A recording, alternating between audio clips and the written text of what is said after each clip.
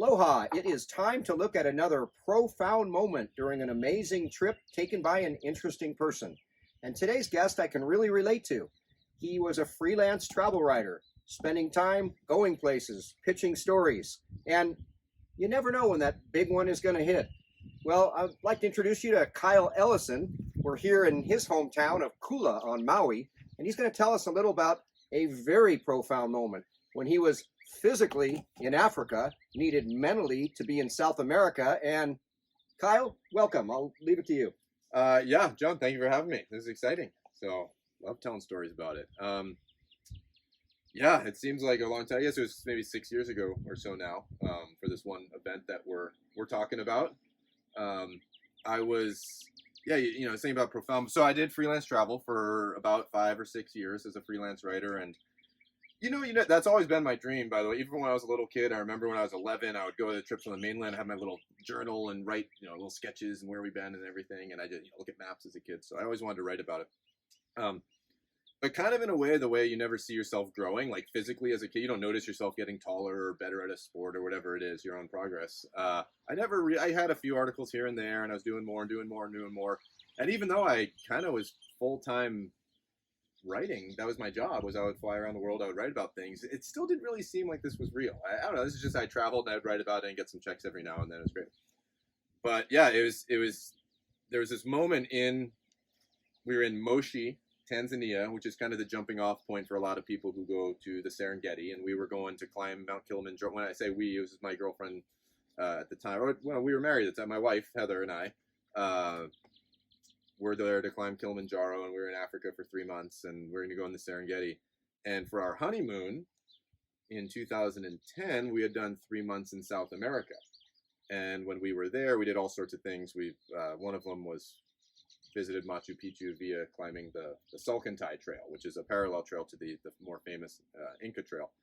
And I'd pitched a story about that to a magazine out of Los Angeles, and had written the first draft of the story, and we were in Africa, and I hadn't heard back from the editor. I was kind of thinking, this is weird, it's been a while, but whatever. And we're in Moshi, Tanzania. We are loading up the Land Rover. The engine is running. We are throwing the bags into the back of the Land Rover for 10 days or whatever it was out in the Serengeti. And, I had my phone, and it was hooked to the Wi-Fi of the little hotel that we were in, the little inn. And I hear it go off in my pocket. I'm stepping in the back of the Land Rover. Bing! And I check it really quick because I know I'm losing service for the next 10 days. I'm not going to have anything. And here's that editor from LA. And she says, hey, hope you're doing well. Love the story. Need the edits by tomorrow. This is final. And it was a fair amount of edits. There was a lot of red ink on it. And he goes, I need you to change this and do this and whatever. And I don't have time. This is not good. And it was a pretty big story. It was a multi-page feature, and how am I going to do this? And so I asked the driver. I said, okay, where's the last internet connection before the Serengeti?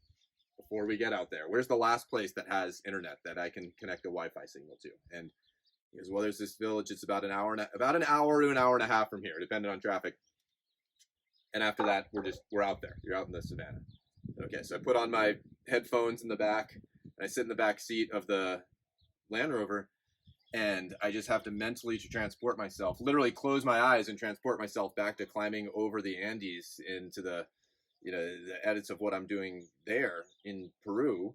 When I open my eyes and I look outside, and we're bouncing down dusty dirt roads with chickens and pigs, and cows are walking in the street, and guys are riding bicycles around, and then I'm having to sit there and focus about the details of Peru, about the cloud forests, of what the banana trees look like as the mists are coming in, and what was the name of that hot spring area that we stayed at on that third night.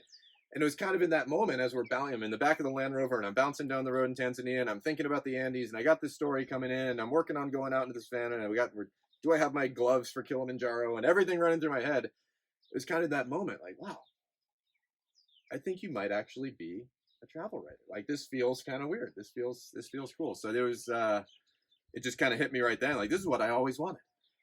To be bouncing down a dirt road on deadline in the back or somewhere. But yeah.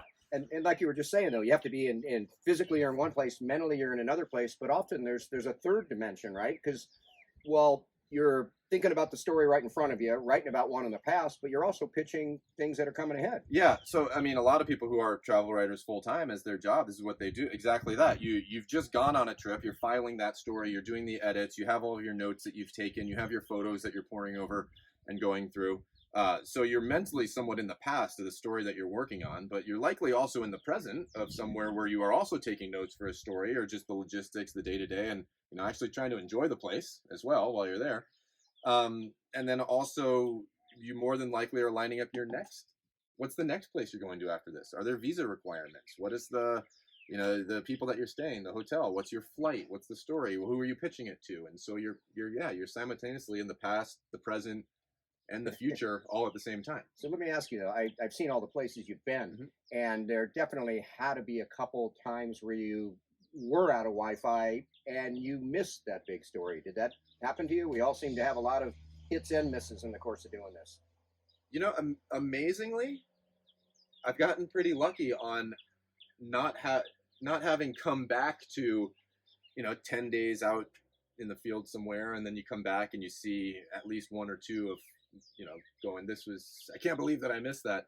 Amazingly, nothing too bad. A few things here and there, but I guess you go, well, you can only do so much. If you're out in the mountains somewhere, you can only do so much. Looking at everywhere you went, one thing that intrigued me was your experiences in Nepal. Can you do a brief recount on a profound moment there? Yeah. So I flew over to Nepal on assignment. That was one where I was actually on assignment for a story. My wife did not come with me on that one to trek the Annapurna Sanctuary Trail in Nepal, and this is one of those multi-day treks. The thing about Nepal is they call it tea house treks because you're staying in tea houses each night. You're not actually backpacking and setting up camp each night. So it's very approachable and user-friendly from that standpoint.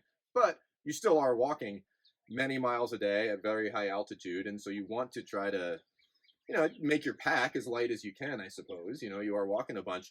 And it was just kind of funny on that one because everyone else in my group has, 3 pairs of microfiber leggings that they can cram into one tiny little bag and all your backcountry lightweight stuff you're supposed to do in your backcountry.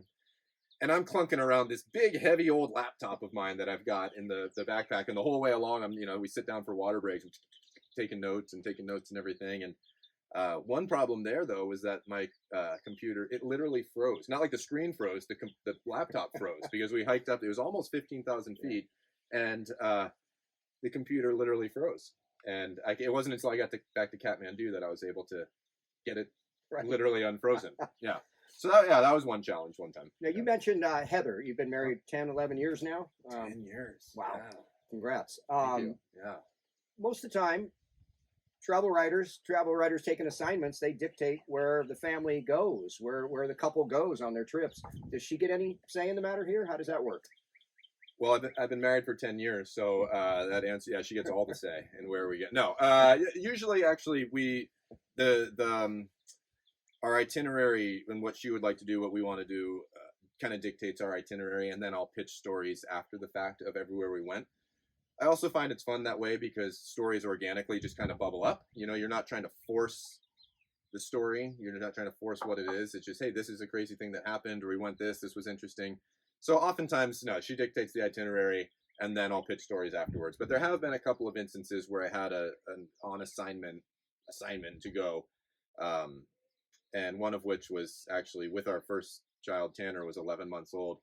We had an assignment to go do a road trip through New Zealand on the north coast of, the east coast of the North Island, which is very sparsely visited, which was kind of funny. I get out to this motel all the way out in Hicks Bay on the very eastern end, and we had to check in at the hotel, and I give the woman my passport, my American passport. She says, "Oh, we don't see many of you out here." I said, "What, Americans?" And she goes, "No, tourists." Yeah, it's not a lot. It's like the road to Hana, but for 300 miles, right. That on that east coast, and it's beautiful. But that one was actually an on assignment thing. So speaking of the road to Hana, we're not that far from it right now. Yeah. We're here we are on the flanks of Haleakala volcano on Maui. And since 2015, you and Heather have somewhat settled here, and now you're raising 3 boys. Life's changed a little bit. Life's changed a lot bit. Yeah.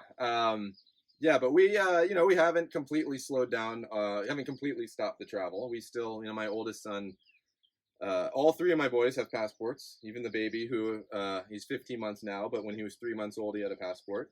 flew to Ireland with him when he was 3 months old, and we did do a big 2-month road trip through Iceland and Scotland and Wales and England when the kids were, I guess, 4 and 2. Okay. Tanner's been about 6 countries. Yeah, we're still traveling some, but it's different. I get the feeling Yeah. there's a bigger plan here.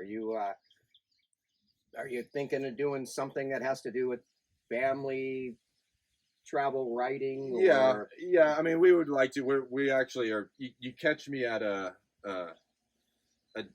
junction in my writing, I suppose, right now, where I'm not currently pitching that many stories, and I'm not doing that much freelance travel stuff at the moment. I'm just relentlessly parenting right now, getting through some challenging years. But we do have plans to start a new family travel venture. I mean, we got the Instagram page, and we're working on the website.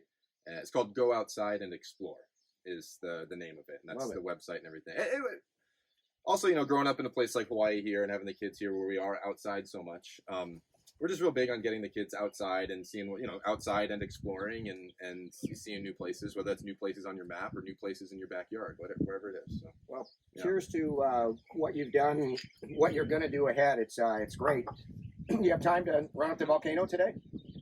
Or is the parenting calling? It's not a bad idea. It's a pretty nice day. I've been up there in a little bit. Yeah, we've taken the kids up there a number of times, which is always nice. We always go a little bit farther hiking each time. And they got the cabins up here, the backcountry cabin. Well, they're closed currently. They're closed now, but they're one day they'll open. Beautiful again. Overnight stays. But Tanner, my oldest, when he was only 4, he had just turned 4. We did our first overnight backcountry adventure camping, just he and I. Heather was supposed to come, but we found out she was pregnant. And we thought maybe going 12 miles into the backcountry wasn't a great idea when she was 6 months pregnant. So Tanner and I went on our own, but he did all 12 miles pretty much at 4 years old, which is pretty cool. So yeah, it's not going to be long that you're going to be trying to keep up with them. So that sounds like it's almost there. He's actually almost faster than me. He's getting there. Yeah. Kyle, thanks for making time. Thank you, John. Yeah, of course. My pleasure. Greatly appreciate it. Thank you for tuning in today. Next week, we're going to actually talk about an amazing journey that was taken by a professional hockey player. He spent time with 21 different teams over a 17-year career. So for now, I say aloha. Until next time. Thank you.